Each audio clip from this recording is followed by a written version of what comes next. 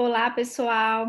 Hoje estamos aqui em mais um webinar da Sociedade Brasileira de Fonoaudiologia e a gente vai falar hoje em comemoração ao dia 16 de novembro, Dia Nacional de Atenção à Dislexia. E hoje a gente tem um time de feras aqui em comemoração a isso, que vão falar sobre essa equipe interdisciplinar e também, vocês já sabem, o Departamento de Linguagem está com algumas ações aí em relação à dislexia. Fiquem atentos ao que a gente vai falar nesse mês de novembro sobre ela. E hoje nós temos 3 convidados ilustres aqui, a professora Patrícia Cremiti, ela é fonoaudióloga, doutora e pós-doutora pela Unicamp, ela tem alunos aí no curso de fonoaudiologia da USP de Bauru e ela é pesquisadora produtividade do CNPq. A professora, daqui a pouquinho a gente vai conversar, vou apresentar a todos aqui. Obrigada, professora Patrícia, por estar aqui conosco. Temos também aqui o professor doutor Raoni Roama Alves, ele é psicólogo, ele é neuropsicólogo e psicopedagogo pela Unicamp, reconhecido pelo Conselho Federal de Psicologia. Ele é professor da Universidade Federal de Rondonópolis, no Mato Grosso, e também é presidente do capítulo da ABNEP do Estado de Mato Grosso. É um prazer estar aqui falando com você também, professor. E teremos também a professora doutora Sônia Rodrigues, que é pedagoga pela Unicamp, psicopedagoga pela PUC de Campinas, e ela também é doutora pela Unicamp e nos traz aqui também muitas informações a respeito, né, da sua área, tanto da pedagogia, da psicopedagogia e também da psicomotricidade, formada pela UIPR, e a professora também é vice-presidente da Associação Brasileira de Neurologia, Psiquiatria Infantil e Profissões Afins, a ABNEP. Então, estamos aqui, eu sou a doutora Cíntia Salgado, né, atual coordenadora do Departamento de Linguagem, e esse bate-papo nosso de hoje é para a gente conversar um pouquinho a respeito desses desafios, a gente vai falar mais a respeito das questões mais clínicas, do ambiente clínico, que envolvem o diagnóstico. E aí eu queria começar ouvindo um pouquinho a opinião do Dr. Raoni a respeito das questões de qual a área, né, como que a psicologia e a neuropsicologia atuam na área da dislexia, no diagnóstico, na avaliação, o que a ciência, as evidências científicas têm trazido a respeito, né, desse processo aí de avaliação. Olá, pessoal, é um prazer, primeiramente, estar aqui junto com vocês, com essa equipe muito reconhecida, de peso, pessoas que foram minhas professoras, então é muito prazeroso mesmo estar aqui hoje representando essa grande área da psicologia, da neuropsicologia, e mais especificamente da avaliação neuropsicológica e da intervenção neuropsicológica também. Muito obrigado mesmo pelo convite. Acredito que vai ser um bate-papo muito interessante. Bom, a neuropsicologia, enquanto uma área que vem da psicologia cognitiva, historicamente, tanto é que a gente pode falar que é uma neuropsicologia cognitiva, é mais um bracinho mais específico ainda da neuropsicologia, ela trabalha e entende a dislexia enquanto, então, resultado, né, de um funcionamento cerebral não esperado que interfere no aprendizado da leitura. Então, a dislexia é um transtorno específico de leitura. Acho que é importante a gente já delimitar esse espaço, né, desse transtorno específico de aprendizagem, então, que afeta a leitura. A gente tem outros, como a descalculia, que afeta a matemática, e a disgrafia, então, a escrita, de acordo com o que está delimitado no DSM-5. Então, para além, né, do diagnóstico, que né, pegando aí o primeiro passo, que é o diagnóstico, né, para além do diagnóstico nosológico, que a gente busca identificar o quadro da dislexia, a neuropsicologia ela busca levantar também as características neuropsicológicas do quadro. Tanto é que eu costumo dizer para os meus alunos que a gente não vê uma criança igual a outra com dislexia, porque cada uma vai ter um perfil neuropsicológico. O que a gente precisa delimitar e estabelecer é fazer a avaliação dos critérios diagnósticos. Os critérios diagnósticos, então, eles vão ser uma parte, né, o diagnóstico nosológico ele vai ser uma parte desse diagnóstico que tem que ser mais global de acordo com a neuropsicologia. Tem que ser um diagnóstico também que seja holístico, que a gente fala, né, que atinja desde a criança, a família, a escola, a gente investigue as várias características, então, neuropsicológicas da criança. Então, para além desse diagnóstico nosológico, a gente busca fazer esse levantamento dessas características, dessas habilidades. Então, basicamente, a neuropsicologia, ela traz esse bojo para a gente de focar principalmente nas habilidades que estão acima da média e nas habilidades que estão abaixo da média, então chegar no diagnóstico que é nosológico. Muitas vezes, alguns autores abordam, inclusive, que o diagnóstico nosológico ele é secundário na nossa avaliação. O que importa mesmo é fazer esse levantamento dessas características das crianças, né? E para que a gente possa, então, formular um plano de ação, de intervenção que seja bem característico para cada criança. Bom, a neuropsicologia, então, ela trabalha com áreas como atenção. Quando a gente vai trabalhar numa equipe interdisciplinar, que é o que a gente está, né, discutindo aqui, e para finalizar já a minha fala, quando a gente vai trabalhar com uma equipe que seja multi ou interdisciplinar, o levantamento dessas habilidades pode ser realizado de uma forma, então, conjunta, entendendo a neuropsicologia como uma área teórica de atuação, que tanto a fonoaudiologia atua com a psicopedagogia e outras áreas. Tanto é que hoje a gente tem o reconhecimento da especialidade até mesmo para a fonoaudiologia. Então, a gente vai trabalhar em conjunto. Eu vejo que a psicologia, quando a gente trabalha em conjunto, a psicologia e a neuropsicologia, a gente vai fazer e ficar mais responsável por áreas como a inteligência, processos atencionais, funções executivas, a parte comportamental, socioemocional, digamos assim. Então, são essas áreas que dá para a gente focar numa avaliação interdisciplinar, e aí, né, a fonoaudiologia, a psicopedagogia, elas vão investir em outras áreas que minhas colegas podem falar melhor. E depois a gente pode falar sobre a intervenção. Obrigada, Raoni. Então, é uma avaliação, né, até o diagnóstico, né, só da sua fala a gente já nota que o diagnóstico e o processo avaliativo, ele é um processo bem cuidadoso, criterioso e muitas vezes até não tão rápido quanto as pessoas imaginam. E tem uma concepção de que só a criança que falha para ler já é dislexia. Acho que daqui a pouco a gente pode falar um pouco melhor sobre isso. E aí, isso provavelmente é algo que, para a área da pedagogia, para os professores em sala de aula, né, doutora Sônia, muitas vezes, se o professor não tem esse conhecimento para as questões do diagnóstico, a gente é fadado a dar um diagnóstico equivocado, né, de qualquer criança que pode estar tendo alguma dificuldade inicial no processo de alfabetização ou da leitura, vir a ter um diagnóstico errado da dislexia. Então, eu queria ouvir um pouco sobre como a pedagogia e a psicopedagogia estão aí nesse processo da equipe interdisciplinar e qual é a atuação em relação ao diagnóstico. Bom, primeiramente, eu gostaria de agradecer o convite, né, para estar participando com todos os meus colegas aqui de um tema que é tão importante para a população, principalmente a população brasileira, né, que são as crianças com dislexia. O Raoni já falou bastante a respeito dos critérios diagnósticos, né, deu uma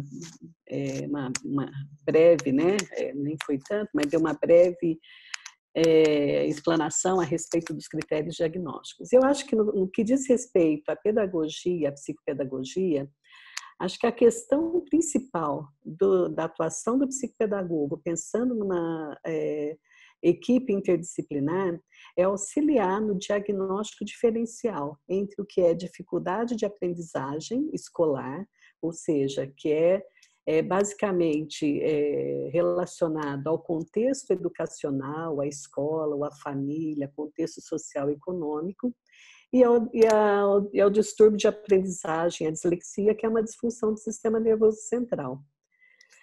Então, dentro da psicopedagogia, compete a essa área de atuação ela fazer uma avaliação em duas áreas. Uma avaliação que eu digo que é mais quantitativa, né, por meio de instrumentos sistematizados, porque você precisa de instrumentos para poder identificar o nível de dificuldade da criança, e para isso a gente tem testes específicos para isso, e uma avaliação mais qualitativa, que diz respeito principalmente à identificação de como que é essa criança dentro desse contexto escolar. O que é um agravante dentro da avaliação psicopedagógica? Se você pensar no nosso sistema educacional, a gente tem uma grande quantidade de crianças que não aprende a ler e escrever no momento certo, né, dentro daquilo que é esperado. Os dados estatísticos vêm demonstrando que em torno, acho que de aproximadamente, né, pelo que eu vi no último resultado do SAEB, que saiu essa semana, acho que em torno de menos de 30% das crianças conseguem ter uma leitura fluente adequada, esperada para a idade do segundo ano do ensino fundamental. Então, uma grande quantidade de crianças que não aprende a ler, né, e a leitura é o aspecto mais importante, embora a matemática também tenha um índice semelhante. Então, a grande quantidade de dificuldade, a grande quantidade de crianças com dificuldade de leituras, muitas vezes faz com que elas sejam encaminhadas com uma queixa primária de dislexia.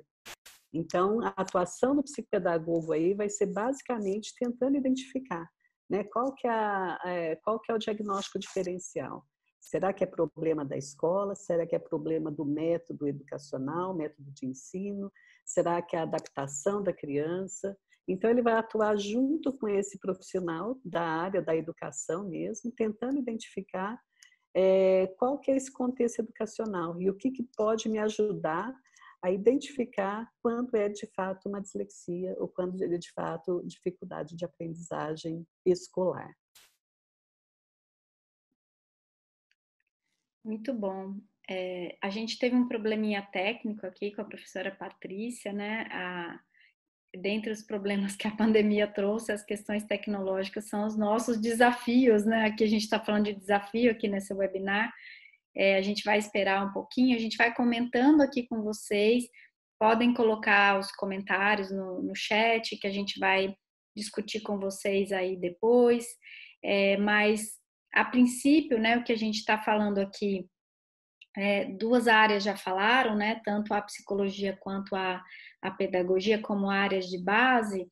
Daqui a pouco a professora Patrícia vai falar um pouquinho da fonoaudiologia, mas nós temos também muitas outras áreas. É claro que aqui a gente colocou algumas das áreas que trabalham na questão da avaliação e no diagnóstico, mas a área médica, né, o neurologista, o psiquiatra, que muitas vezes vão inclusive fazer diagnósticos diferenciais de outros quadros que podem interferir nas questões da aprendizagem das crianças, né? Então, a gente vê aí as evidências trazendo as comorbidades, as questões emocionais, principalmente nesse momento de pandemia.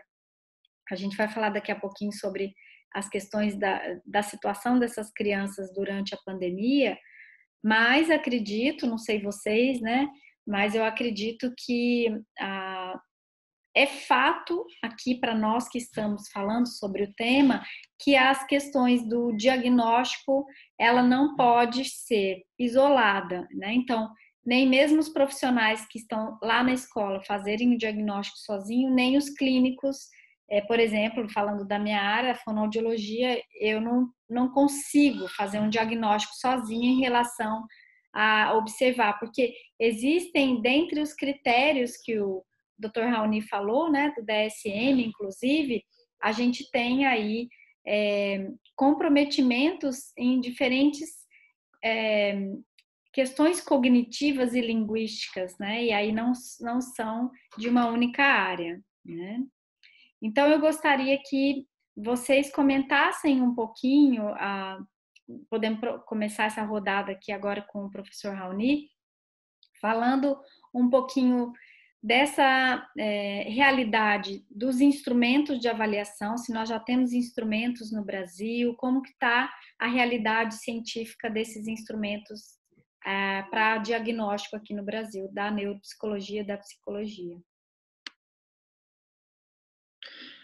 Cíntia, a sua colocação é interessante porque tem afetado todos nós profissionais que lidamos diretamente com a avaliação da dislexia. Dentre outros profissionais, pegando aí da minha área da avaliação psicológica, a gente tem sofrido bastante, porque a gente nunca pensou que passaria por uma situação dessa. Então, para começar, né, a gente tem um órgão que é institucionalizado sobre a avaliação de instrumentos que a gente pode utilizar na nossa profissão, enquanto psicólogo, que é o SATEPS. Dentro do SATEPS, quando a gente vai fazer uma pesquisa de instrumentos que podem ser aplicados aí, né, de acordo com o que é colocado para a nossa profissão, então, a gente vê 4 instrumentos, basicamente, hoje, né, novembro agora de 2020. 4 instrumentos apenas, e que são instrumentos voltados para avaliação de personalidade, para avaliação de aspectos organizacionais, que não tem nada a ver com aquilo que a gente faz. Então, que são instrumentos, aqueles instrumentos que estão presentes no SATEP são os instrumentos que são colocados como principais para a gente poder utilizar. Porém, existem outros que podem ser utilizados como complementares. Até mesmo dentre os complementares, a gente tem pouquíssimos que a gente consegue aplicar, então, de maneira remota, online. Então, é muito complicado, está muito complicada a situação, basicamente, na nossa área. E o que tem acontecido é que está tendo muita demanda, claro, né? Ainda mais agora que as crianças estão ficando em casa, então os pais estão ficando bem, né, assim, complicadas, estão ficando bem complicadas as situações do dia a dia mesmo, principalmente escolares, para as crianças que têm uma queixa de aprendizagem, ou mesmo para aquelas que têm o diagnóstico de dislexia. Pensando nas crianças, então, que a gente precisa avaliar, que ainda não tem o diagnóstico, a gente vai ter essa precariedade. O que a gente tem, então, são algumas frentes, né, para enfrentar essa condição da pandemia. Alguns profissionais, então, voltaram a atender presencialmente, o que é complicado, porque acaba se arriscando, e também o trabalho fica muito mais oneroso, porque tem que fazer todo um preparo antes e após a avaliação. Então, a gente tem esses profissionais e tem os profissionais que estão se aventurando a fazer uma avaliação que seja mais assistida de forma online, remota também. Então, principalmente com esses profissionais que estão fazendo essa avaliação remota, a gente vê que é mais complicado do que quando a gente faz uma avaliação que é transversal, né, pegando a partir dos instrumentos. Por que é complicado? Porque a gente não vai ter os parâmetros de análise, se a criança está dentro ou acima da média em determinada habilidade, o que complica um pouco nossa vida. Esse parâmetro de análise de dentro da média ou fora da média está tendo que ser muito mais qualitativo.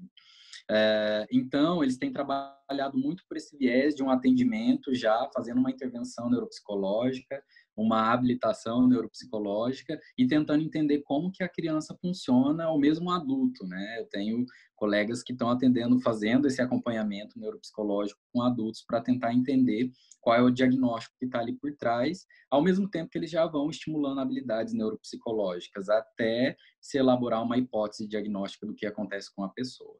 Então, a gente tem essas duas frentes.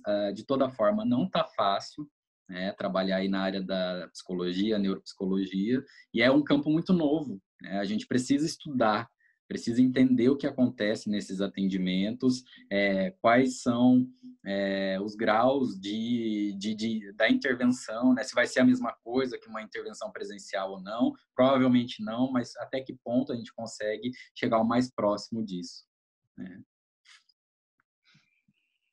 Muito bom.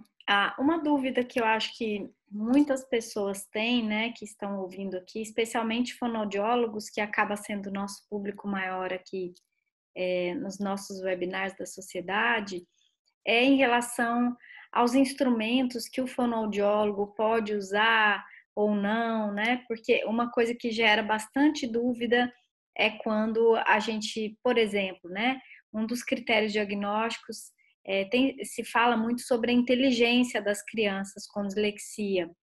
E, claro, o fonoaudiólogo não tem essa preparação na sua área para falar da inteligência. Então, isso por si só já seria um motivo de ter uma avaliação, né, em equipe, porque não cabe ao fonoaudiólogo fazer isso.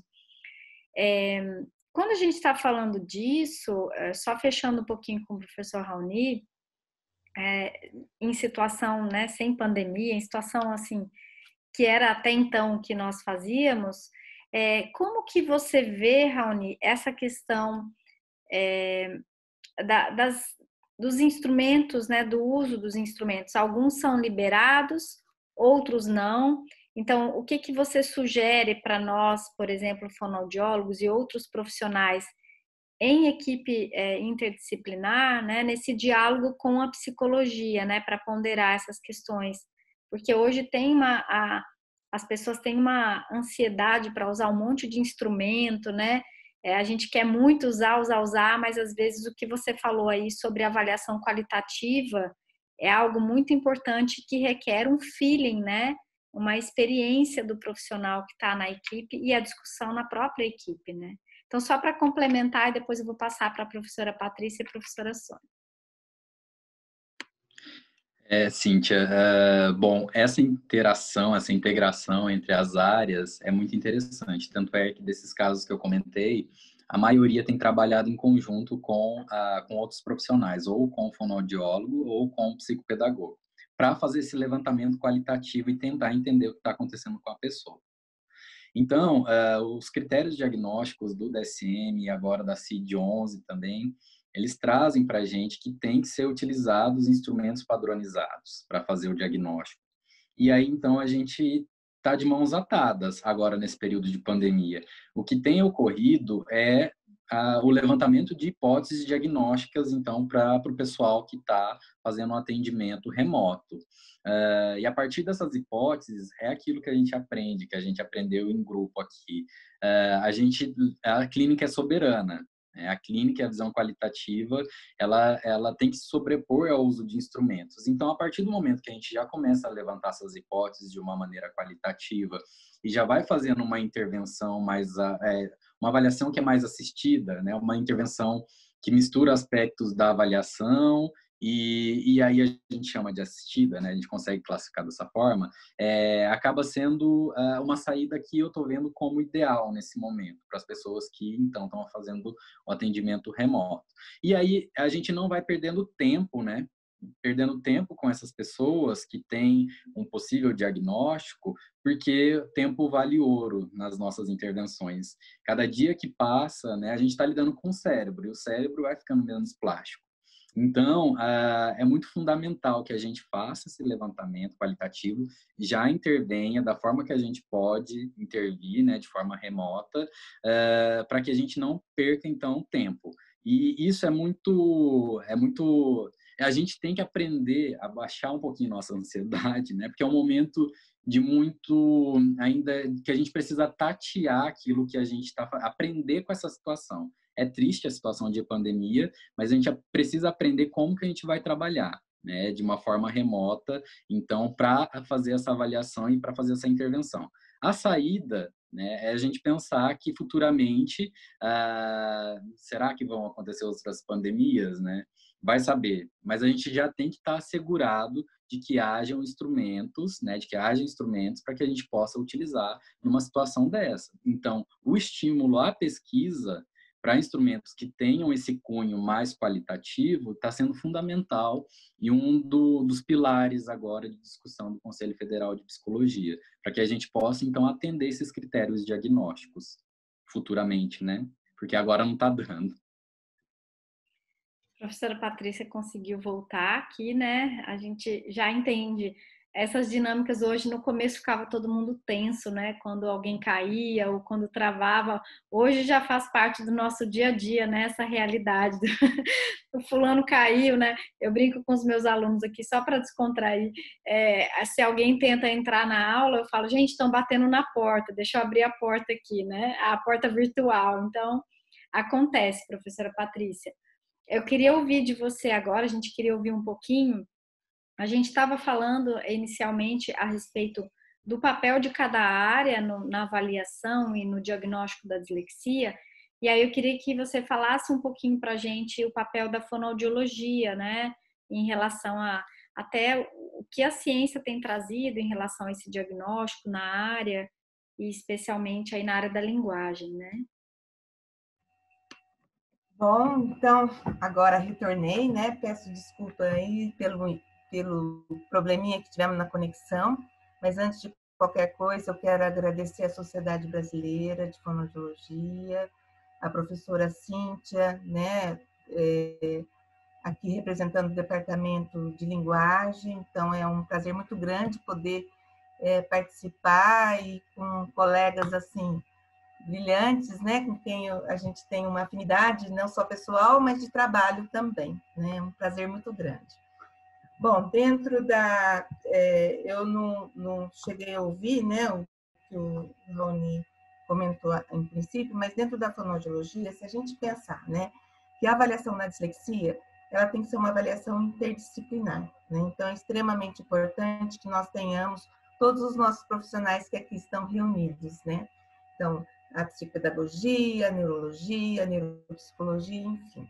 Pensando na avaliação, né, da área da linguagem, se nós pensarmos que a dislexia ela tem um aporte, né, na área da linguagem, tem um problema na área da linguagem, então é imprescindível que a fonoaudiologia avalie as áreas da linguagem em todas as suas instâncias, né, no fonético, na fonologia, sintaxe, semântica, em todos os processos que estão subjacentes à área da linguagem, né, tanto da leitura, da escrita, né, então de extrema importância que nós observemos isso, né. O que mais que você falou, Cíntia? Desculpa, mas... Acho que é isso mesmo. Em relação a o que a gente ia começar a falar um pouquinho dos instrumentos de avaliação, e aí eu acho que a gente pode emendar a sua fala e depois eu passo para a doutora Sônia.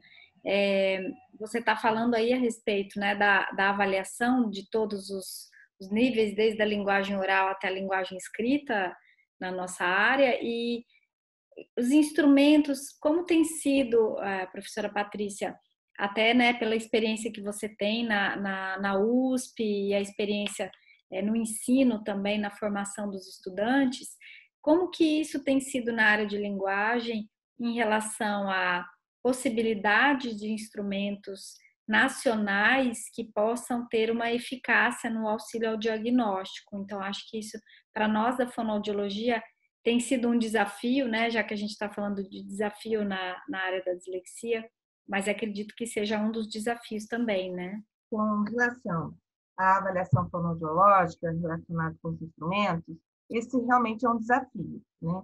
Então, nós temos alguns instrumentos normativos, né, da consciência fonológica, que envolve todo o processamento fonológico, acesso ao léxico, memória de trabalho, avaliação da leitura escrita, porém, eu acho que dentro da avaliação fonoaudiológica ainda a gente tem uma lacuna aí na avaliação, que há anos atrás, eu me lembro muito bem, a gente dava uma atenção maior para o processamento visual, né? Bem ou mal, né, de uma forma qualitativa, a gente avaliava o processamento visual. Hoje, a gente não tem um instrumento normativo para isso, e nem também nós não avaliamos qualitativamente também, né, dentro da área da fonoaudiologia. Então, esse também é um desafio, né, porque a gente sabe que a dislexia, ela tem alteração no processamento fonológico, mas também tem outros componentes que a gente tem que considerar na nossa avaliação, que é o processamento visual, e que a gente está deixando, assim, vamos dizer, de lado, né? Então, eu acho que isso também é um desafio que a gente tem que enfrentar, né? Nós sabemos o quanto é difícil normatizar, né, instrumentos. A fonoaudiologia não tem uma tradição, né, em realizar pesquisas nessa área. Eu acho que é algo que a gente também precisa ainda desenvolver, evoluir, crescer nessa questão de normatização, né? E eu acho que esse é um grande desafio que eu, assim, tenho esperança de que a gente vá um dia estar, vamos dizer assim, pau a pau aí com a psicologia, que tem feito um trabalho muito bom nesse sentido, brilhante nessa questão de normatização de instrumentos e tudo mais. Para quem está assistindo o que a professora Patrícia está falando, é até uma reflexão para quem está no meio científico, para que isso chegue às pessoas para a prática clínica, porque realmente, em termos de fonoaudiologia, a gente tem até que ter um pouco de cautela, porque às vezes o mercado hoje está muito fervoroso em relação a testes, instrumentos, as pessoas querem comprar um monte de ferramentas, né? Achando que os instrumentos vão dar diagnóstico, mas quem dá o diagnóstico é o profissional, acima de tudo, não o instrumento. E que a maioria deles, às vezes, não tem essa normatização, então utilizarmos esse rigor da psicologia, e quanto mais próximo a gente é, enquanto equipe da psicologia, para beber da fonte de como eles fazem, eu acho que isso é muito importante para a fonoaudiologia nos próximos anos investir. E quem estiver aqui assistindo e que tenha interesse em fazer essas pesquisas, é um campo muito amplo para nós da fonoaudiologia. E acredito eu que para a pedagogia e psicopedagogia, né, doutora Sônia, os desafios também são grandes, e aí queria ouvir um pouquinho a respeito, né, desse processo de avaliação da sua área, para que a gente entenda também esse quebra-cabeça aí desse diagnóstico. Tá certo. Eu acho que o problema de instrumentos normatizados, né, para avaliação é um problema brasileiro. Acho que, exceto a neuropsicologia, acho que todas as áreas têm carência, né, para fazer avaliação diagnóstica por meio de instrumentos normatizados e padronizados. A psicologia, a psicopedagogia não é diferente, a pedagogia também. Existem poucos instrumentos no mercado que dê ao psicopedagogo a capacidade de avaliar competências e habilidades específicas em relação à faixa etária, ao nível de escolaridade, nível social, porque a gente sabe que cada criança é única, né? Cada criança é única e ela responde de maneira diferente. Então, nós temos aí, primeiramente, um fator dificultador. Dentre a avaliação psicopedagógica, o que eu acho fundamental é avaliar nível de leitura e escrita, né, nível de compreensão, raciocínio lógico, matemático, que é extremamente importante. Aliás, esse é um assunto, né, que tem me chamado muita atenção nos últimos anos. Em geral, quando você tem uma criança com dislexia, as iniciativas gerais, elas focam principalmente na intervenção da leitura e da escrita, principalmente, e acaba se esquecendo da habilidade matemática. Em termos de raciocínio lógico, o que acontece é que no começo do desenvolvimento das habilidades matemáticas, a criança consegue responder de certo modo, né, adequadamente, até de certa forma adequadamente, as primeiras exigências dos anos iniciais. Mas o que a gente vai perceber é que, à medida que aumenta a demanda, né, de habilidades matemáticas, isso vai ficando cada vez mais complicado. E não tem sido incomum as crianças chegarem, né, no ensino fundamental 2 com uma dificuldade matemática muito grave, né, a ponto de você não saber já identificar se aquela criança tem só dislexia ou se ela tem um outro transtorno de aprendizagem também. E a literatura até indica também, né? A literatura mais recente vem chamando a atenção para a comorbidade.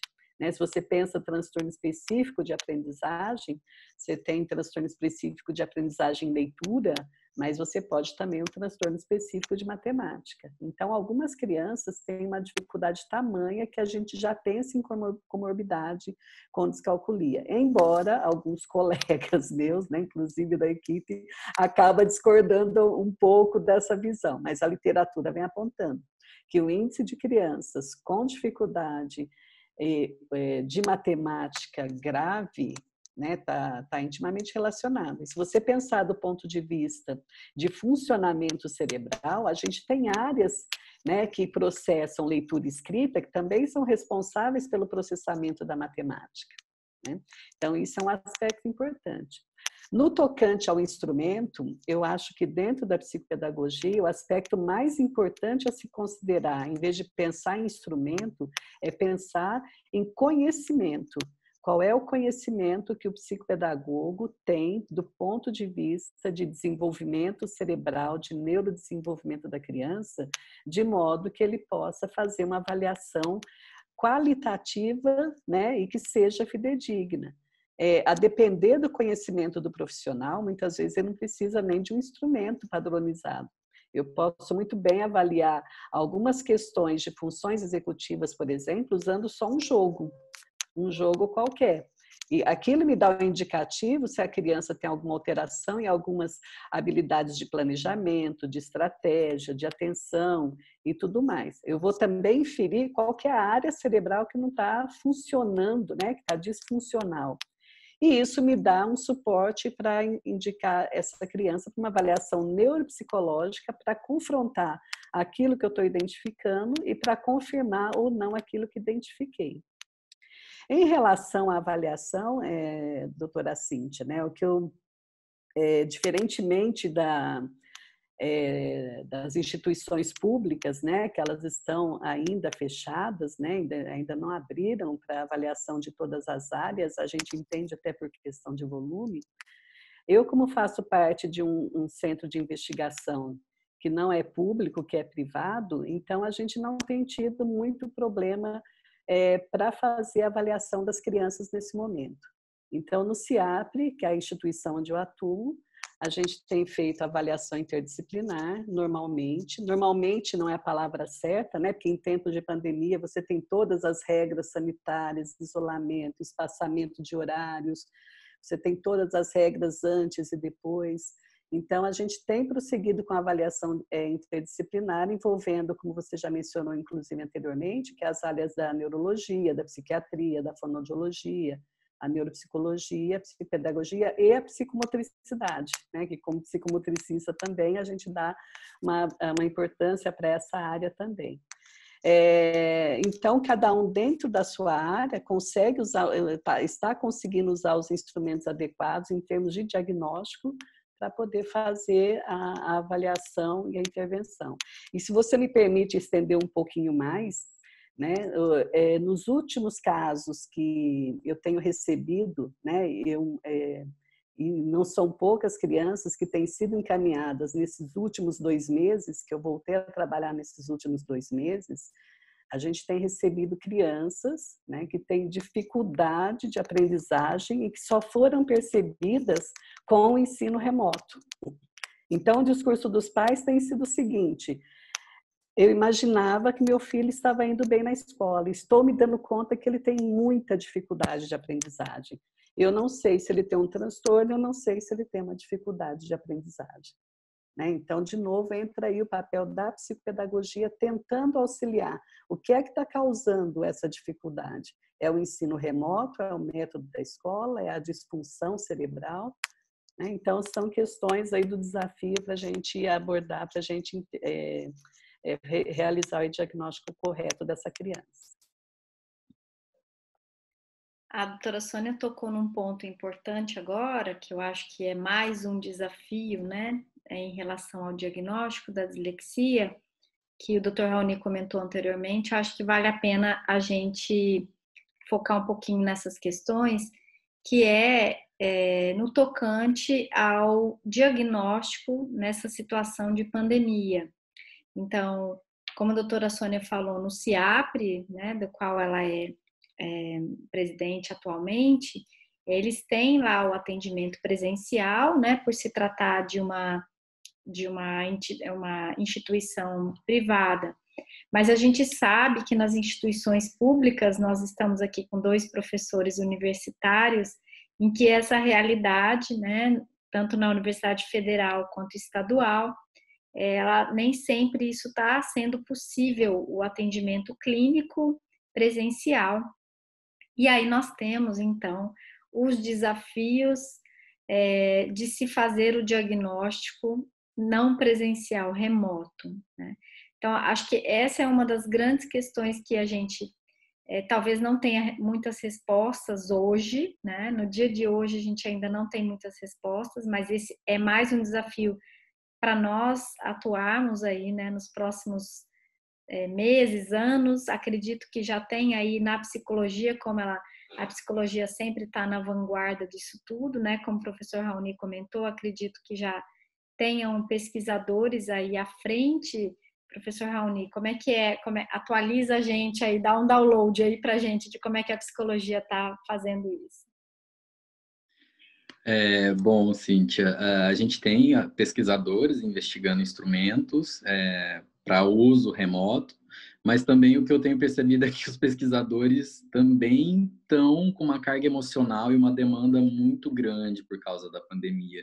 Então, construir, né, um montante de instrumentos agora parece que não está sendo, né, muito o foco, porque essa situação é muito nova, né, para todo mundo. Então, de uma certa forma, as pessoas, né, psicólogos são pessoas, tá tendo muito estresse, né? As pessoas estão muito estressadas, com sintomatologias depressivas, de ansiedade, e tá bem complicado. Porém, né, pensando aí na construção de instrumentos, a gente tem profissionais, pesquisadores, não como a gente esperava, mas investindo nessa construção de instrumentos. Eu gostaria, inclusive, também de estar investindo, mas não estou tendo estrutura, né, nem psicológica, nem financeira para investir na construção de instrumentos, porque é aquilo que você disse, construir um instrumento num país que é continental é muito complicado.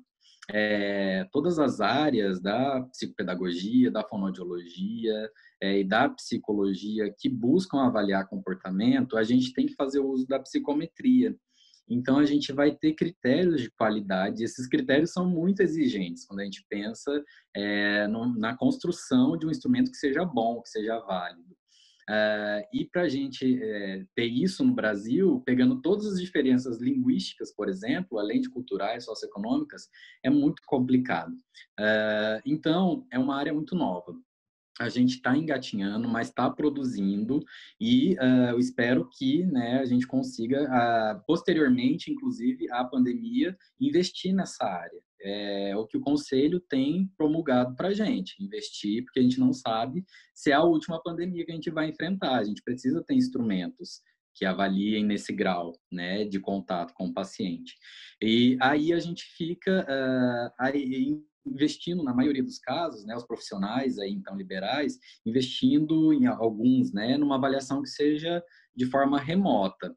E o que eu percebo dos meus colegas, dos profissionais que eu dou supervisão, é que a gente consegue perceber qual é o diagnóstico depois de um tempo de contato com a criança, principalmente os que têm mais experiência, mesmo não utilizando de instrumentos, a gente consegue perceber se a criança tem uma deficiência intelectual, se ela não tem, se ela tem uma dislexia, se ela não tem, a partir dos processos avaliativos / interventivos que a gente faz. Então, está sendo também uma área rica para a gente poder estudar. Será que a gente vai poder repensar, inclusive, os processos de avaliação, que muitas vezes causam muita dor de cabeça na gente, esses processos mais transversais, em vez de se pensar num processo de avaliação mais a longo prazo? Em qual tipo de instrumento a gente vai investir? Nesses instrumentos mais de curto prazo, transversais, ou mais de longo prazo? Que é possível também a gente criar programas de intervenção / avaliação. Então, a gente, né, tá aí tateando, tem muita coisa nova, e a gente precisa entrar, né, na crista da onda para tentar entender toda essa situação, inclusive essa situação também emocional, que a gente não pode deixar de lado. Como a professora Sônia traz, tem muitas questões que têm acontecido pela própria mudança do sistema de ensino. Como que as crianças vão responder às tecnologias, como que a gente responde ao uso de tecnologia. Será que cansa mais a gente assistir uma aula online, que parece ser meio óbvio? Como que fica a aprendizagem dessa criança ou desse adulto? Eu trabalho também, que eu posso falar posteriormente, trabalho com adultos na Associação Mato Grossense de Dislexia, e a gente tem adultos que fazem graduação. Então, é maçante, a gente precisa pensar também em instrumentos de aprendizagem, de ensinagem, né, que tenham um desenho mais universal, que atinja todas essas questões, né, das deficiências, dos transtornos funcionais. Então, tudo é muito novo, né? A gente precisa estudar e ter paciência.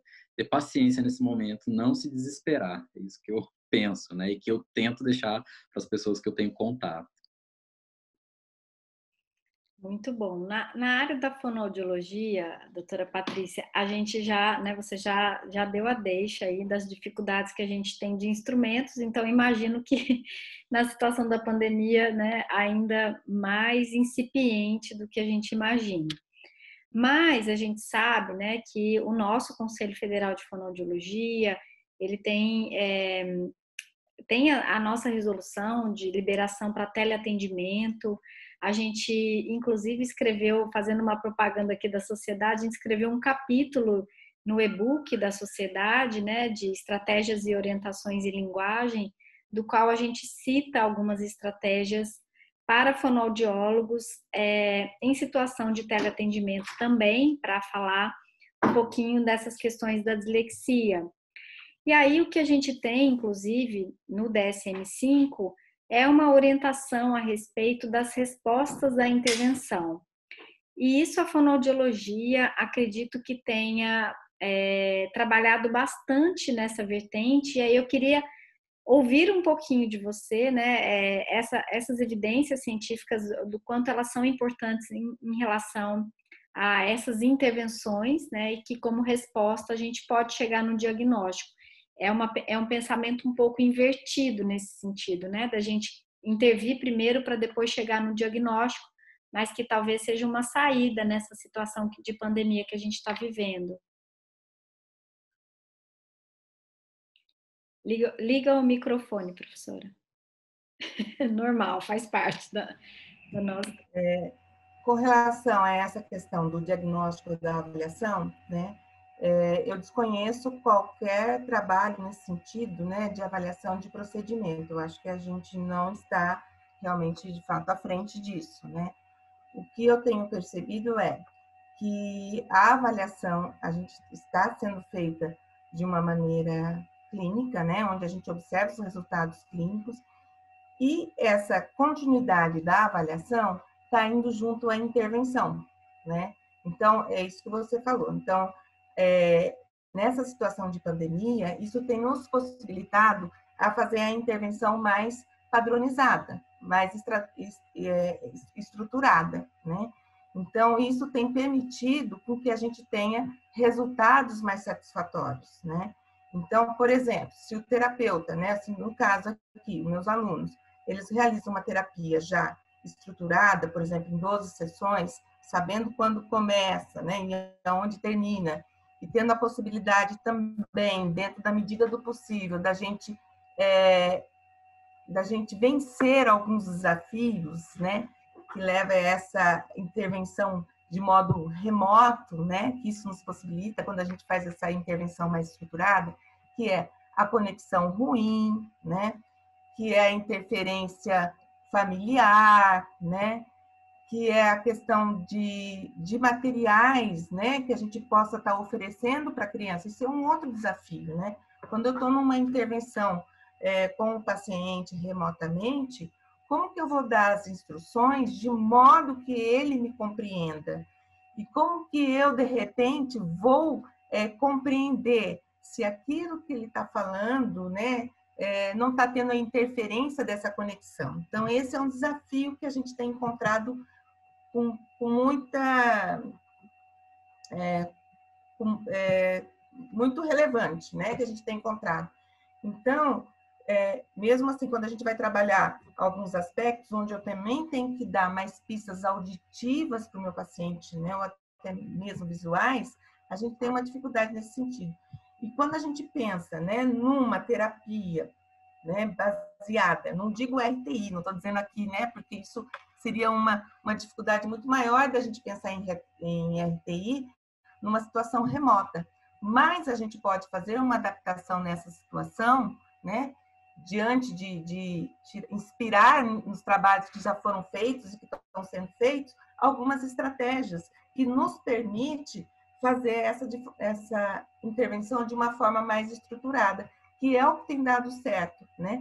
Porque essa intervenção remota, o que acontece? Ela tem o tempo da sessão é mais reduzido, né? porque o paciente não aguenta ficar 50 minutos como uma intervenção tradicional, né? É muito complicado, né? E a gente está atendendo, né? Se atende um menor número de pacientes, né? Então também tem isso, né? E a instrução que a gente pode dar. Então, o ideal seria fazer mesmo uma intervenção de forma muito bem estruturada, com os objetivos bem claros, né? Com as estratégias respondendo aos objetivos, de modo que a gente, ao final, possa ter uma resposta do paciente mais fidedigna e mais adequada, né? Dentro de uma situação que a gente está vivendo agora.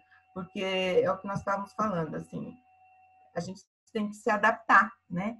Porque a gente não sabe, de fato, quanto tempo isso vai durar, né? Pode ter a segunda onda, né? Porque não, aqui no Brasil não teria, né? Está tendo na Europa, então muito provavelmente isso pode acontecer, né? Então, só que essas crianças precisam do atendimento, né? Então, mesmo não sendo de uma forma ideal, que eu acho que essa intervenção remota não é o ideal, né? Mas pelo menos de algum ganho, eu acredito que eles estão tendo, né? É melhor eles estarem em intervenção de uma forma mais reduzida e sendo trabalhado do que não estar, né? Principalmente quando a gente, principalmente pelo fato do paciente não, das crianças, né, com dislexia não estar frequentando as escolas. Então, eu acho que isso, de uma forma ou de outra, eles se beneficiam de uma intervenção de forma estruturada, que é o que a gente tem, né, para hoje, vamos dizer assim, né, dentro da possibilidade da gente estar desenvolvendo. É isso que a doutora Patrícia está falando em relação a essa relação, né, da clínica com a escola. Então, eu queria ouvir um pouquinho da doutora Sônia, porque para nós que atuamos na área da linguagem, na área clínica, esse vínculo com a escola é extremamente importante nesse processo, né? Tanto durante o período de avaliação, que a gente já falou aqui, né, para o diagnóstico, mas o que vem depois do diagnóstico, que são os acompanhamentos e tudo isso. E eu estou imaginando aqui, doutora Sônia, como é que essa realidade agora no ensino remoto, você já citou aí anteriormente, os desafios para que essas crianças que estão sendo descobertas aí, né, a gente já não sabe nem o que é causa, o que é consequência mais, mas como que essas orientações aos professores, como que isso, nesse momento, a gente pode fazer para auxiliar essas crianças com diagnóstico de dislexia no ambiente educacional? Olha, você me colocou um desafio enorme, porque nós também estamos descobrindo. A gente tem que falar, né, tem que levar em consideração, primeiro, né, que a gente tem realidades totalmente diferentes. Primeiro, a gente tem criança de escola pública e a gente tem criança de escola privada. A gente tem criança com um nível socioeconômico favorecido e nível de criança socioeconômico desfavorecido, cultural, social. Então, a orientação psicopedagógica, ela vai ter que levar em consideração primeiro esse aspecto. Quem é essa criança que eu estou lidando? Qual que é o aparato que ela tem, o aparato que essa criança tem em casa para poder acompanhar as aulas remotas? Quais são as características desses pais que estão ali tentando acompanhar a criança, se tem condições, se não tem, se trabalham, se não trabalham. Então, é preciso fazer uma caracterização, primeiro, geral dessa criança, antes de você pensar num processo interventivo. Aí você está fazendo uma caracterização não só da criança e do professor e dos pais, como você tem que fazer do professor também. Quem é esse professor que está atuando do outro lado? Se ele tem condições de seguir orientações e como é que ele está lidando com essa problemática do ensino remoto, se ele tem formação adequada para isso ou não. A gente já tinha um grande problema antes do ensino remoto com a orientação de como lidar com essa criança na escola. Primeiro, porque, em geral, não é incomum, né? Não vou estar errando falando isso, em geral, o que os professores entendiam por adaptação no contexto escolar da criança com dislexia é colocar próximo dele na carteira, né? É fazer prova oral, é dar mais tempo para a criança fazer determinadas atividades, e só. E a gente sabe que um processo interventivo, estou falando no presencial, ele é muito mais complexo do que isso. Né? Você tem que adaptar material, você tem que pensar que criança é essa, você tem que pensar se essa criança está em fase de decodificação ou não, quais são os passos que ele vai ter que seguir até ele atingir um nível que já se pense na compreensão leitora e não só mais na decodificação, porque a decodificação é só o primeiro passo. Então, nós já tínhamos uma série de desafios com o ensino presencial. Com o ensino remoto, isso é muito mais complicado. Isso é muito mais complicado. O que eu tenho percebido, né, que em relação ao ensino remoto, as crianças, né, que têm dificuldade ou mais transtorno de aprendizagem, algumas se beneficiam mais com as aulas gravadas, né, com a possibilidade de ver determinada aula e depois voltar, retornar, ver slides, ver filme. Então, algumas crianças têm se beneficiado disso. Outras têm tido muita dificuldade porque não conseguem se manter atenta. Então, de novo, a gente parte para a caracterização dessa criança. E junto com tudo isso, nós temos um problema mais grave ainda, que a gente está num momento de introdução da BNCC, que é a Base Nacional Curricular Comum. Então, você colocou a pandemia, você colocou o ensino remoto e tudo que ela trouxe de agravante, junto com o momento de introdução da BNCC, que você já pensa mais em competências e não mais só no conhecimento, né? Então, a gente tem muitos desafios. Eu acho que para a gente conseguir vencer esses desafios, isso sem pensar que a gente não sabe até quando vai essa pandemia, como é que a gente vai lidar com tudo isso? Então, acho que o caminho, a resposta é sempre: não existe uma regra comum para todos, né? Existem regras específicas para cada uma dessa criança. O professor Raoni falou anteriormente, né? E a gente tem visto muito isso também na nossa prática de anos aí de clínica, de investigação de crianças. Quando se avalia uma criança pensando em funções corticais, você nunca vê uma criança com dislexia com o mesmo padrão, com o mesmo perfil de uma outra criança, né? Ela vai ter habilidades totalmente distintas. Então, se isso já era importante pré-pandemia, durante e pós-pandemia, isso vai ser muito mais importante de se levar em consideração. Mas eu acho que o caminho, completando, né? Eu acho que o primeiro grande caminho que a gente deve partir, pensando num contexto mais amplo, não mais específico, é a formação do professor. Acho que pela primeira vez se chamou a atenção o quanto é importante o professor em sala de aula. Toda mãe que tem uma criança na escola, que agora tem que, né, e tem que orientar a criança em casa, percebeu o quanto esse trabalho é importante. Então, pensando em políticas públicas, é pensar na formação de professores, porque se você não pensar na formação de professores, você não vai ajudar não só as crianças que não têm sem dificuldade de aprendizagem, mas principalmente as crianças com dislexia vão ser muito mais prejudicadas, assim como aquelas que têm outros transtornos.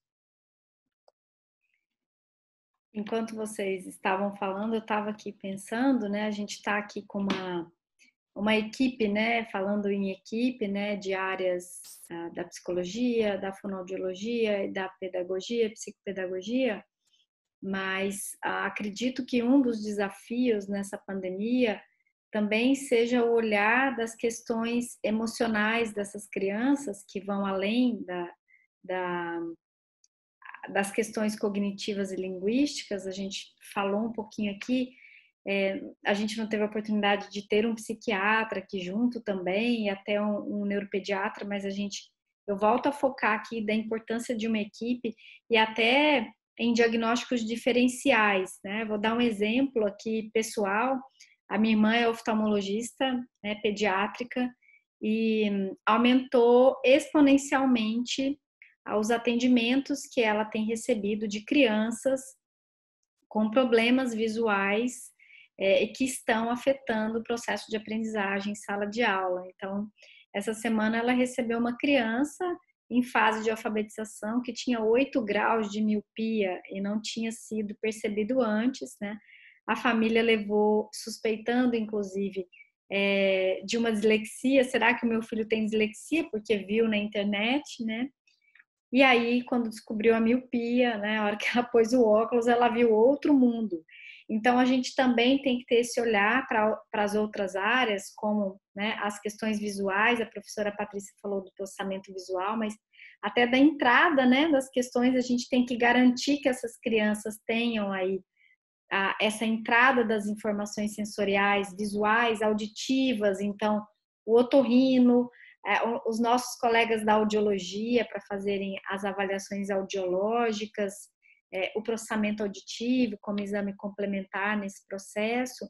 Eu acho que é um grande quebra-cabeça, né? Eu acho que o maior desafio do diagnóstico da dislexia é o grande quebra-cabeça que a gente tem que montar, e que ficou muito evidente aqui para nós, que sem a equipe interdisciplinar, sem uma equipe, dificilmente a gente chega nesse diagnóstico.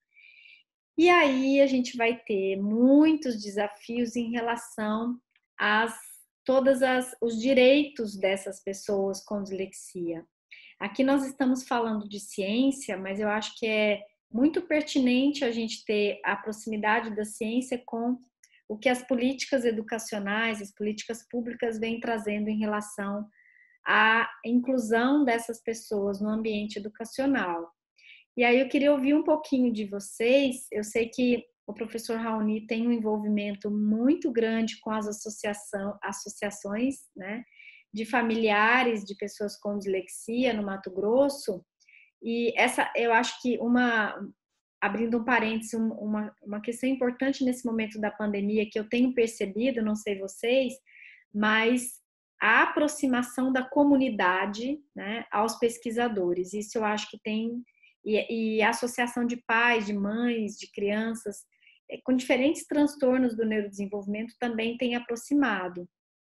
Então, eu queria ouvir um pouquinho do professor Raoni, porque eu sei que ele tem essa proximidade grande, e que eu vi que essa semana saiu um post aí sobre uma lei no estado do Mato Grosso, e aí eu queria ouvir que nos traz aí um pouco de esperança e conforto em relação ao futuro das nossas crianças e jovens e adultos com dislexia, né?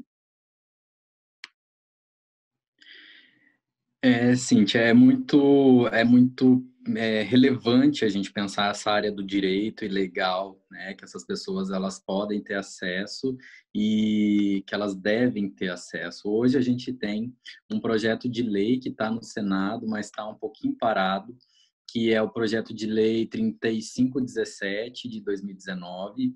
Antes esse projeto de lei tinha uma outra numeração, que era o 7081 de 2010. Então, desde 2010, né, a gente está aí brigando, pensando em atuações mais recentes, né, recentes que já faz 10 anos, brigando para que a condição seja inclusa em um nível nacional, para que entre lá, por exemplo, na LDB, a dislexia e o TDAH, no caso, esse projeto de lei.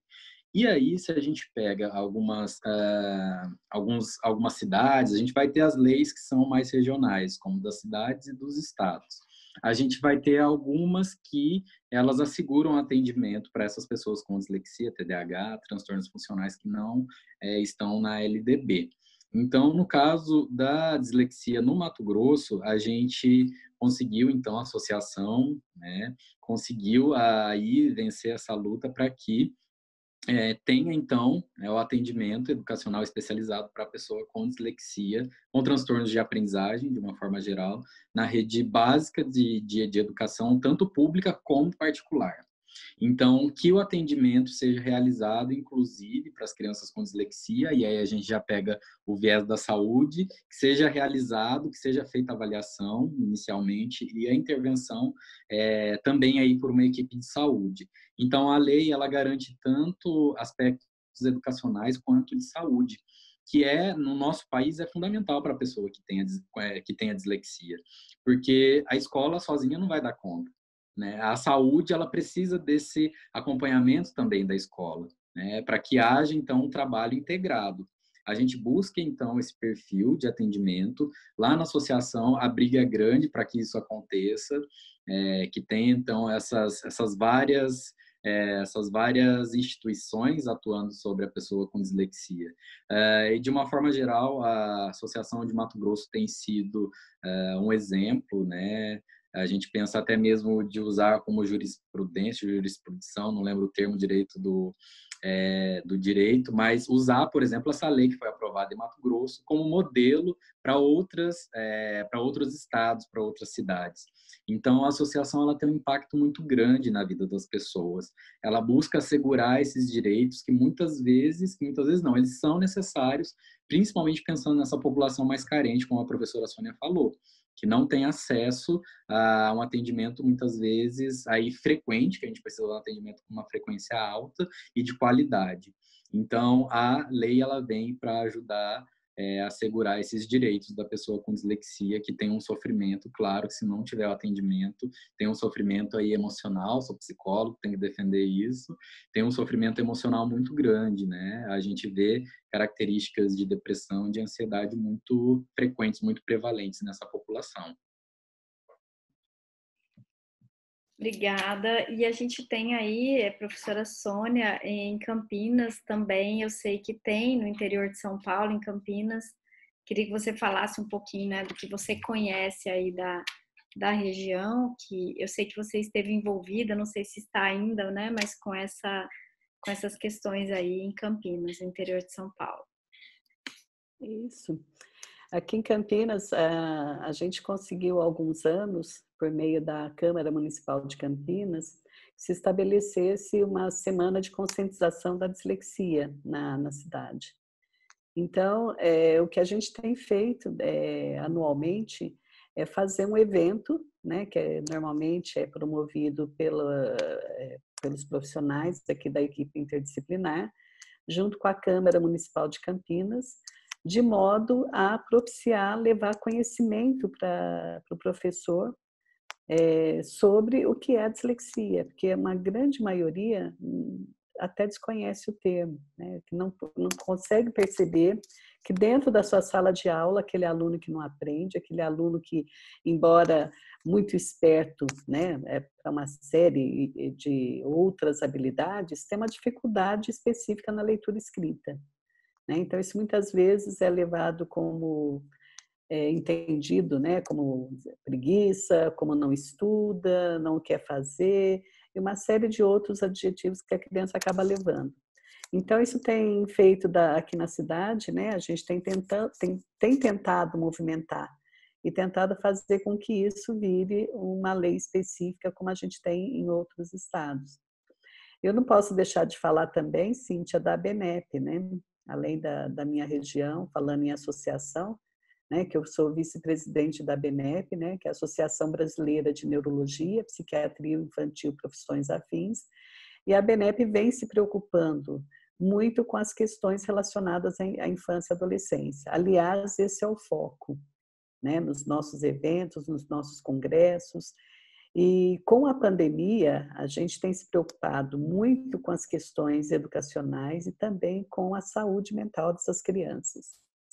Então, todos os capítulos, núcleos, o mesmo ABNEP Nacional, tem feito, né, algumas iniciativas de modo a atender essas crianças.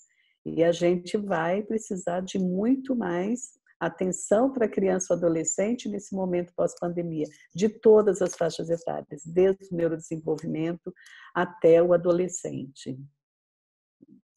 No começo do ano mesmo, logo que iniciou a pandemia, né, eu tive a oportunidade de escrever um artigo na época, né, que a ABNEP, já preocupada com isso, me pediu para fazer um artigo, né, e ele pode ser encontrado na Unicamp, como lidar com a pandemia, e outros nesse sentido a gente tem divulgado no site e nas redes sociais.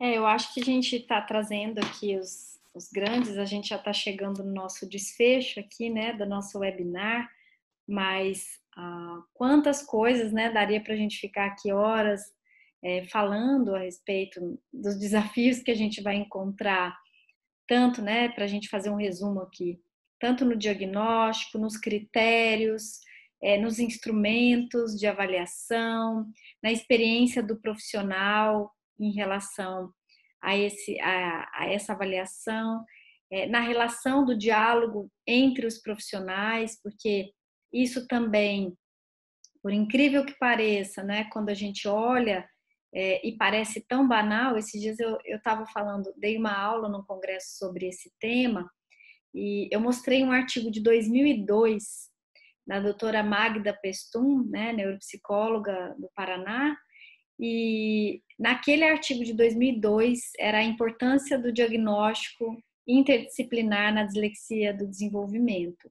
Naquele artigo de 2002, né, parece que já faz tanto tempo, ele é tão atual e recente, e as dificuldades que a gente ainda tem, os desafios que a gente ainda tem em constituir e construir uma equipe para trabalhar não somente com o diagnóstico da dislexia, mas também com as possíveis intervenções.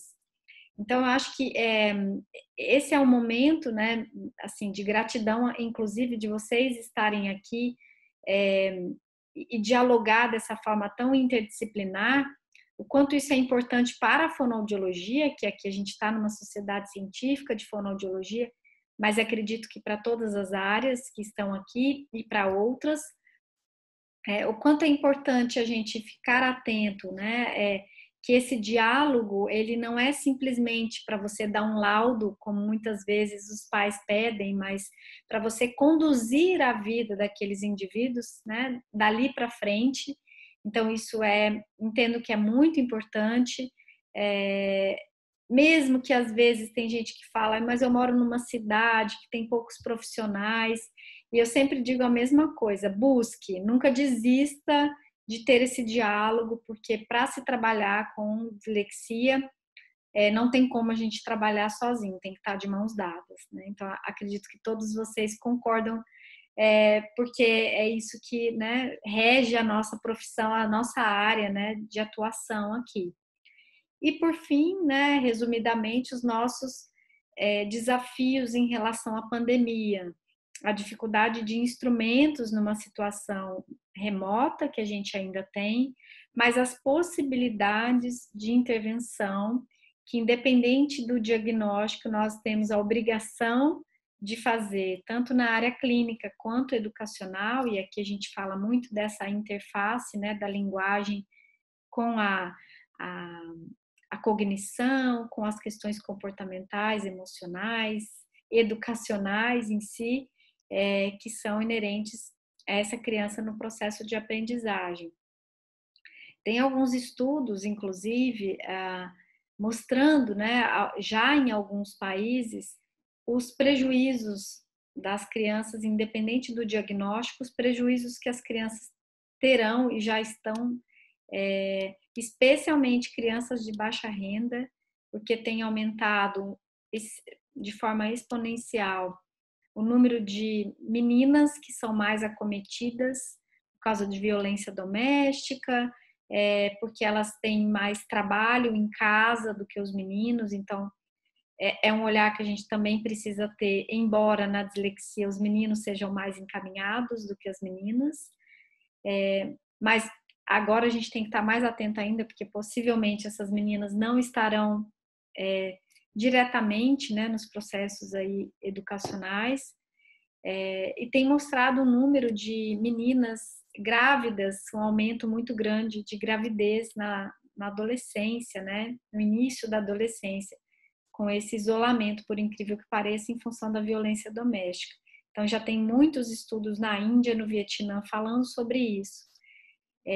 Parece que não tem a ver com a dislexia, mas a gente está falando das questões de aprendizagem e do impacto que isso vai causar nas nossas crianças, né, que já são por si mais vulneráveis, as nossas crianças com transtornos, né? Então acredito que isso vai impactar ainda mais o processo delas de aprendizagem. Eu queria deixar aberto para vocês falarem as últimas palavras aí, quem quiser deixar um recado, e para a gente fazer o fechamento. Alguém quer começar espontaneamente? Vocês querem que eu... Dr. Posso falar? Gostaria de agradecer esse encontro que a gente teve. Eu acredito que esse tipo de ação é muito importante, então parabenizo aí a Sociedade Brasileira de Fonoaudiologia. A gente tem alguns encontros como esse também acontecendo no Conselho Federal de Psicologia, e eu acredito que seja fundamental mesmo, porque a partir disso a gente consegue atingir alguns princípios como de estudos translacionais, de atingir essa população que está lá na base. A gente fica na ponta, muitas vezes, na academia, e a gente não pode esquecer das pessoas que estão lá e que vão fazer o uso da ciência que a gente produz. Então, esse tipo de ação, ele vai ao encontro desse princípio, ele vai mostrando para a população, mesmo que uma população de profissionais, aquilo que a gente está fazendo, as preocupações que a gente está tendo dentro do fazer científico. E isso é muito relevante, é muito importante e atinge diretamente as ações dessas pessoas, de prática profissional mesmo, no processo de avaliação, no processo de intervenção, agora, principalmente nesse período muito novo de pandemia. Então, parabéns mesmo, muito obrigado pela oportunidade. Espero que outros encontros aí aconteçam e que a gente possa se ver também aí futuramente, e que venha logo essa vacina. Muito obrigado. Bom, Sônia? Sônia, pode falar. Tá bom, posso falar então. Bom, eu queria chamar a atenção para dois aspectos, né? O primeiro aspecto é que a gente falou aqui do desafio do diagnóstico. O diagnóstico é só o começo da jornada dessa criança que tem dislexia. Então, muitas vezes se cobra o laudo, eu quero um laudo, tudo bem, você tem um laudo de dislexia, agora o que eu faço com essa criança? Né? Então, é só o começo de uma longa jornada que essa criança vai ter ao longo da vida. E quanto mais precoce for o diagnóstico, mais essa criança terá a possibilidade de responder positivamente ao processo interventivo. O Raoni mencionou há pouco, né, dessa plasticidade cerebral, desses períodos sensíveis que a criança tem para o desenvolvimento. E quando eu falo de período sensível, eu falo daqueles períodos que começam ainda intraútero e que vão se estender até principalmente 3 anos de idade, né? Que é o período em que a criança tem o cérebro mais, que vai responder melhor ao processo interventivo. E pensando no pré-escolar, dessa criança de 0 a 3, de 3 até 5 anos de idade, nessa faixa etária já tem possibilidade de se identificar fatores de risco para a dislexia. Então já é o momento não de fazer o diagnóstico, mas de fazer a identificação de fatores de risco e já se proceder à intervenção. Por fim, pensando, né, na criança que recebe o diagnóstico de dislexia, a gente vai ter um segundo problema. Se a gente já tinha o problema antes, né, que é se atentar para as estratégias de aprendizagem da criança, da maneira como ela aprende, agora a gente precisa ficar muito atento com o ensino remoto e depois, provavelmente, o que a gente vai ter é o ensino híbrido. Então, a criança vai precisar de muito mais funções executivas para aprender adequadamente todas as habilidades e todas essas competências que a BNCC aí também vai exigir. Mas a gente tem um leque aí, né? Um leque de possibilidades e a gente precisa se atentar a isso. E, de novo, chamar atenção para a formação de professores, que sem o professor na sala de aula, essa criança vai ter muita dificuldade de superar o problema. É ele que vai comprar, né, a briga de ajudar aquela criança a aprender melhor. E agradecer, obviamente, à Sociedade Brasileira de Fono, a doutora Cíntia pelo convite. Eu adorei bater papo com vocês aqui. Quando a Cíntia me convidou, eu falei, Cíntia, esse é um desafio que ela sabe, né? A gente atuou muito tempo junto, eu sempre fugi de vídeos, né? Eu falei, mas estou tendo que me adaptar. Então, você está colaborando também para o meu aprendizado aqui, que eu também estou tentando me adaptar a essa nova realidade. Muito obrigada, e foi um prazer estar com a Patrícia e com o meu amigo ali, Raoni, né? Estar com vocês nessa live. Muito obrigada. Professora Patrícia. Bom, então eu também, né, termino aqui, né, encerro aqui a minha fala agradecendo essa oportunidade ímpar da gente estar discutindo, né, sobre desafios do diagnóstico da dislexia, que levou a reflexões, né, da gente repensar como será essa criança pós-pandemia, né? Eu acho que a gente deu um cutucão aqui, né, num aspecto importante e que espero que os que estão, né, nos assistindo agora, e cada um na sua área, né, dentro da sua área, possa refletir, né? O que vamos fazer a partir de agora, né? Se antes essas crianças já eram um problema, né? E se nós também tínhamos algum problema relacionado à escola, agora vai ficar muito mais difícil, né? Da gente pensar no possível diagnóstico, numa possível intervenção. Então, fica aqui o alerta para que a gente tenha uma visão diferenciada aí e que a gente possa fazer a diferença aí na vida dessas pessoas aí, tá bom? E eu agradeço imensamente a oportunidade, a possibilidade de rever, mesmo que remotamente, alguns colegas aqui, né? Sônia, Raoni, né? Foi um prazer muito grande. E eu parabenizo a sociedade brasileira e o Departamento de Linguagem pela iniciativa de trazer um tema tão relevante, né? Para a gente discutir nesse momento, né? Nos levando a fazer importantes reflexões. Muito obrigada. Obrigada a vocês, né, pela excelente noite que nós tivemos aqui para comemorar esse dia. Acredito que é uma comemoração, porque quando você tem uma data, né, especial para atentar a população para algo, né, então, dia 16, o Dia de Atenção Nacional de Atenção à Dislexia, significa que a comunidade precisa, né, se movimentar para que tudo aconteça. Então, agradeço imensamente ao Dr. Raoni, doutora Patrícia, doutora Sônia, por todas as contribuições que vocês trouxeram para a Sociedade Brasileira de Fonoaudiologia, para o Departamento de Linguagem. E antes de eu fechar, eu queria só deixar um recadinho para o pessoal que está aqui, que no dia 21 agora, a gente tem a continuidade do Congresso Fono 2020, que foi um sucesso e está sendo ainda, porque ele não acabou. Então, nós estamos com as atividades expandidas. No dia 21 de novembro, de manhã, das 8 ao meio-dia, nós temos a sala Mérito doutora Célia Jaquete, que está imperdível, que vocês terão a oportunidade de assistir aí o grupo dela falando um pouquinho a respeito das questões da área da genética e da linguagem. Depois, já no dia 5 de dezembro, nós teremos os fóruns, né? Mas eu vou, claro, trazer aqui o fórum do Departamento de Linguagem, em que a gente vai discutir as nossas ações, o que fizemos em 2020, nesse primeiro ano, fazer um flashback do que nós fizemos de atuação no primeiro ano nosso de gestão, as metas que virão pelos próximos 2 anos, né, até 2022, do Departamento de Linguagem, convidá-los a participar, contribuir com sugestões e críticas, vai ser muito enriquecedor para o departamento e para a sociedade.